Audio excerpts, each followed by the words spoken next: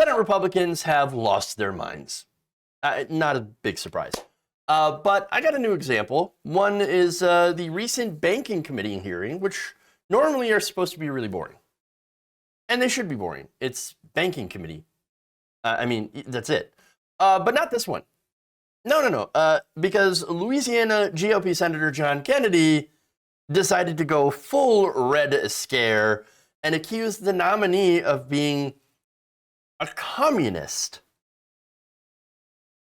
You used to be a member of a group called the Young Communist, didn't you? Senator, are you referring to my membership in the Youth Communist Organization while I was growing up in the Soviet Union? I don't know. I wanted to ask you that question. Well, Senator, There was a group called the Young Communists, and you were a member. Is that right? I'm not exactly sure which group you're referring to. Well, the formal name of it is the Leninist Communist Young Union of the Russian Federation, and it's also known as the Leninist Komsomol of the Russian Federation, and it's commonly referred to as the Young Communists. Were you a member? Senator, I was born and grew up in the Soviet Union. Yes, ma'am. But were you a member of that organization? Everybody in that country was a member of the Komsomol, which was the Communist Youth Organization, because you were a member? That was a part of normal progress in school. Have you resigned? From the youth? From the Young Communists?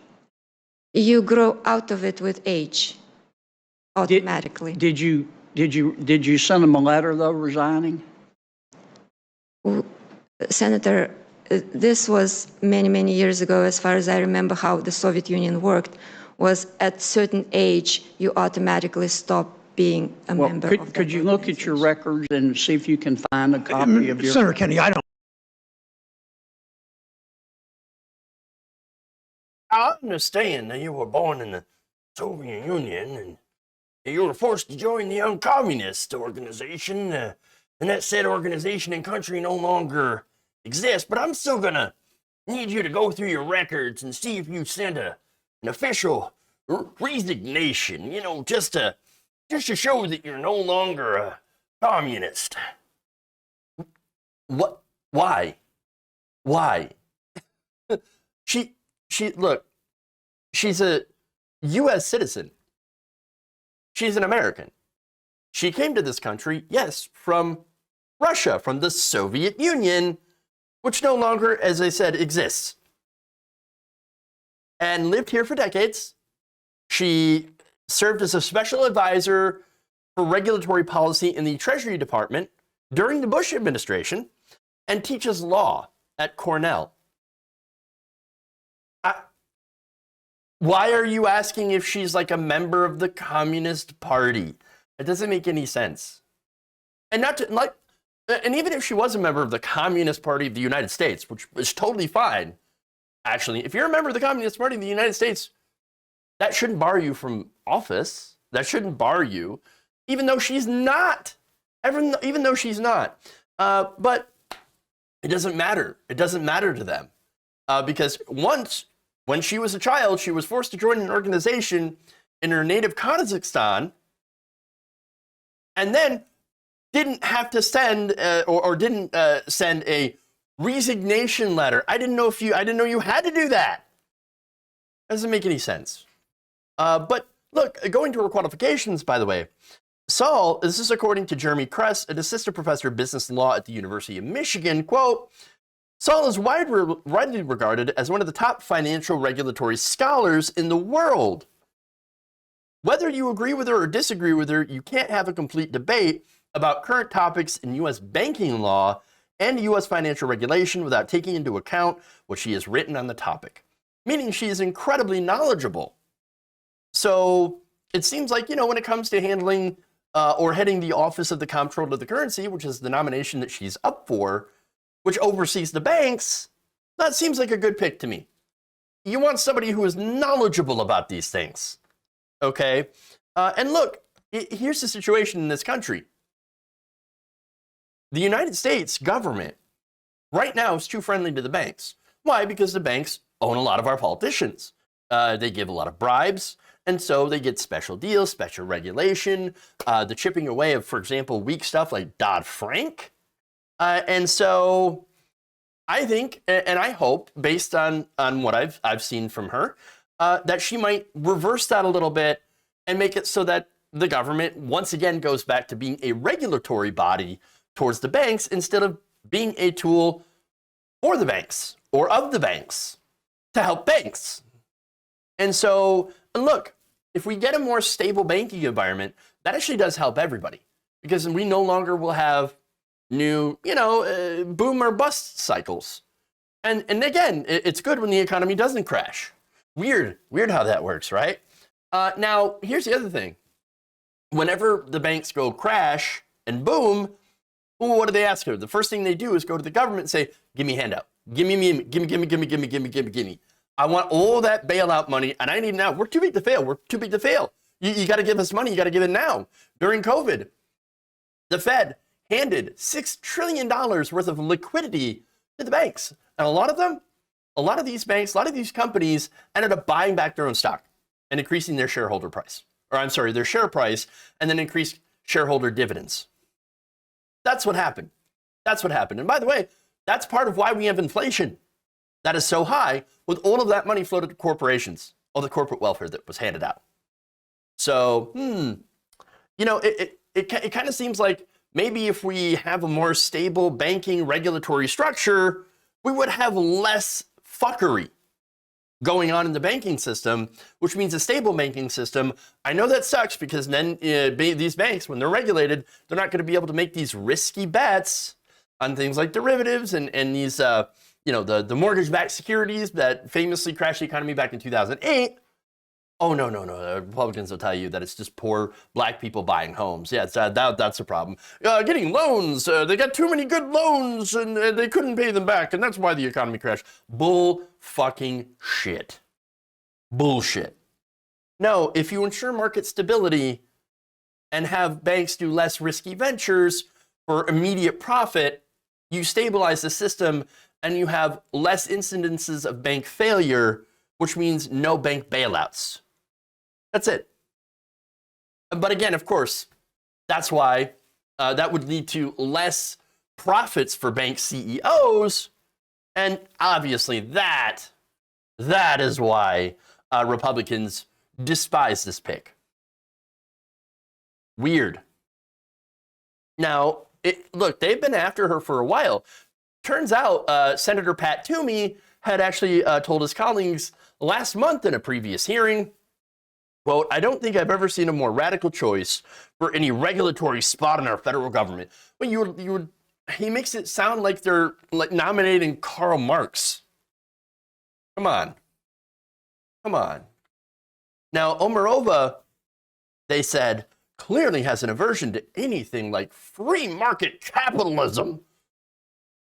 You know what she wants to do? Here's her big policy ideas that she had written about. She wants to allow the federal government to offer a bank account to every American through the Federal Reserve who wants one.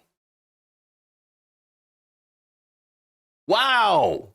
You know what that would do? That would actually reduce the number of unbanked persons in this country significantly. In fact, over 6% of U.S. households right now, that's 14 million American adults, are unbanked. This is according to the most recent national survey of the unbanked and underbanked households by the FDIC. According to the same organization, the most popular reason cited by the unbanked for not having a bank account is they don't have enough money to meet the minimum balance requirements. Yes, in order to keep your money in a bank, you have to have money to put in the bank. I know, right? But no, you have to have an arbitrary amount of money in that bank account, or else you're not able to keep it there. And so, look, and when you're unbanked, you actually lose a lot of different opportunities not only to build a savings, for example, and get interest on that savings, but to do a lot of other different things that are really important. And so obviously that hits poor and minority communities the hardest. And so now the second most popular reason that the unbanked give for not having a bank account is because for some odd reason they don't trust banks. Why does that not surprise me at all? I mean, yeah, after what happened with 2008, it seems like, and of course, banks using depositor money to make risky bets on the stock market, which is essentially taking your money and gambling. Yeah, I wouldn't be surprised that a lot of Americans do not trust banks. I have a credit union. I don't even trust banks. So look, her big idea of, hey, letting the, American people, if they want, have an account with the Federal Reserve with no requirements, it seems smart. Seems like it's sensible policy. Now, critics argue, oh, no, that's going to undermine commercial banks because we want to use their money for our risky bets. Of course. And by the way, this Federal Reserve account might actually have better interest rates and might be able to better, offer better interest rates on savings accounts than a lot of commercial banks who generally don't offer that good of interest rates. So again, seems smart, right? Now, in another article, she also calls for the creation of an agency, not unlike the FDA, that would be charged with approving or rejecting new financial products. Again, that's another decent idea to ensure that risky financial products do not lead to another 2008-like banking crash that, again, destroyed our economy. I don't know. I kind of like this woman. Maybe that's because I'm a communist. I don't know. They don't know they don't know whatever word, like anybody. It feels like, anybody left of Eric Erickson is a communist. Makes no sense to me. But look, again, the Republican Party today, paid for by their donors, by the way, they don't like regulation. They hate anything that may impede future profits of banks or giant corporations, even if that could lead to another gigantic banking disaster, like, again, with the giant bailouts. And of course, they compare it to communism. Now, I'm going to show you another video here. This is the second part of Omarova and her hearing, and I want to show you how she responds to this. Take a look. I don't mean any disrespect. I don't know whether to call you professor or comrade. Senator, I'm not a communist.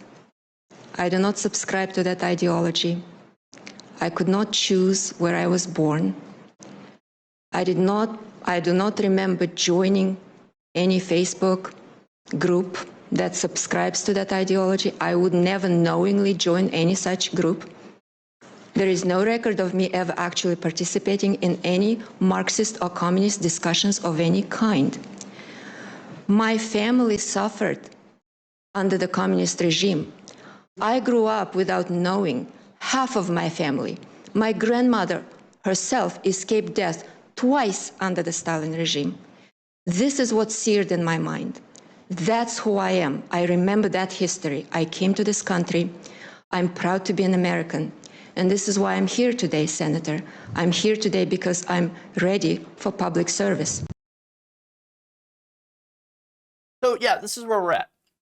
Calling somebody like that, who is very likely a lib, maybe not neo-lib, but a lib, maybe with some tendencies towards hey, let's do more regulation, right, on the banks. We're talking about it like an Elizabeth Warren type of liberal, right? But no, apparently to the right, she's a communist. She was, but she literally was a communist. Got her. Yeah, because she was born in a country that forces you to do that. Again, the irony It cannot be overstated here. It's ridiculous, right? But look, I think she handled herself incredibly well. She made Kennedy look like an ass, although that's not difficult. Anytime he opens his mouth, he shows that he's an ass. This is nothing but neo-McCarthyism. And of course, that's what the Republican Party has. That's what they've always had. And it's what they've always gone back to. I mean, again, nearly everything that comes out of Marjorie Taylor Greene's mouth is, oh, the communists, they're coming and they're here. It's the Communist Democrat Party. Oh, the socialism. She doesn't even know what any of that stuff means.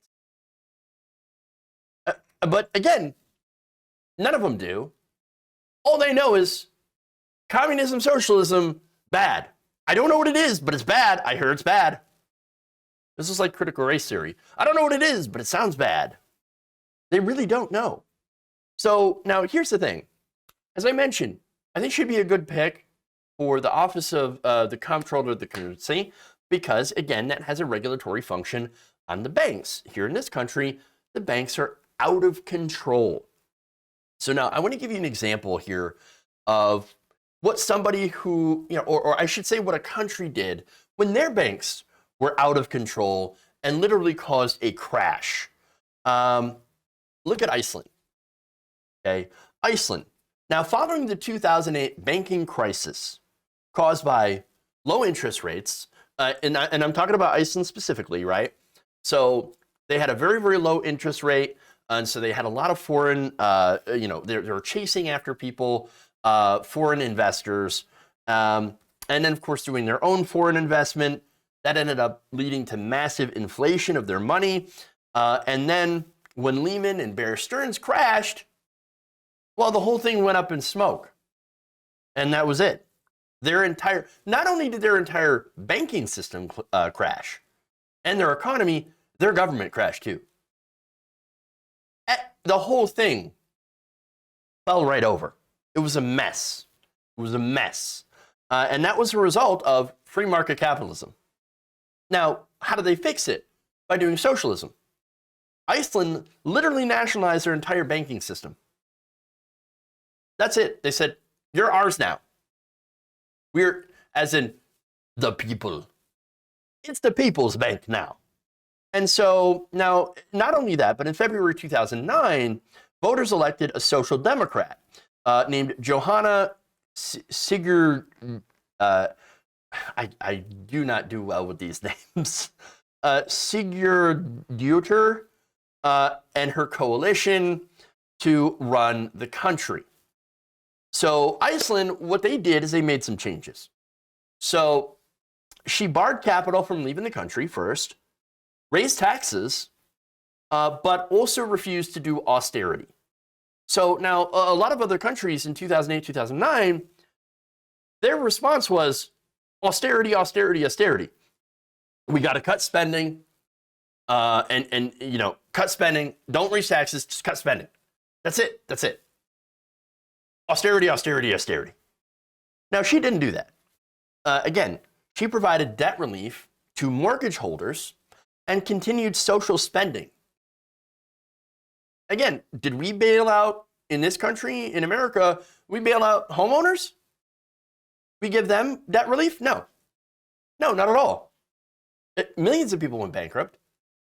A lot of homes were foreclosed on, and there was no debt relief, but there were massive bank bailouts. Now, not only that, she made some other changes. She prohibited citizens from buying foreign currency or owning foreign stocks so that people would have to invest in local Icelandic businesses, including real estate and private equity. Okay, and what do you know? What happened? They did better. Their economy got better, and they recovered, and now the banks, of course, have been privatized again. But in that time, it worked. It worked. Their recovery is touted as a miracle. And that's what happened. They got a recession, but its people were made whole. Well, everyone had a recession. It was a global crisis. And their people did way better than our people did. But again, this wasn't a miracle. This was a focus on good policy and bailing out real people instead of private banks and corporations. And that's the whole point, right? And I use the example of Iceland because, again, it worked. The result speaks for itself. There is a place for government regulation. There is a place for action when the markets, as they inevitably do when they're deregulated, fail as a result of their own greed. Now, this is what we want in someone who understands, how regulation can actually save the market from itself, from its own excesses. We want someone who is able to use government intervention. I'm not necessarily sure if she'll do it, but she seems like one of the better candidates. And that's good. That's good.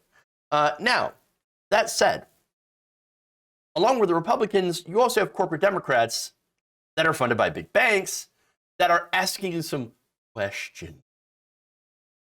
Democrats like John Tester.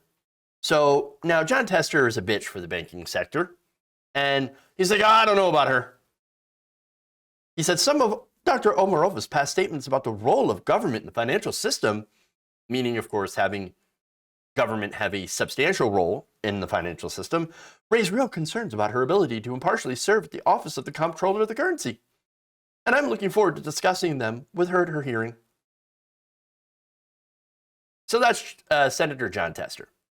That said, Senator Brown, that's Sherrod Brown, he is optimistic that she'll get bipartisan support.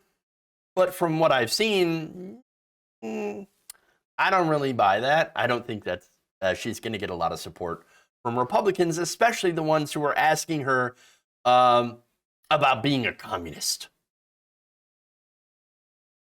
We'll have to see, though. We'll have to see. All right. Realan N says, we're nationalizing the show. This is our show now. Wasn't it always our show? Comrade? Nemo Nickel says, Obama and corporate Dems failed us on banking reform in 2009. Should have passed Representative Brad Miller's Anti-Predatory Lending Act of 2009. Nemo Nichols, you're absolutely right.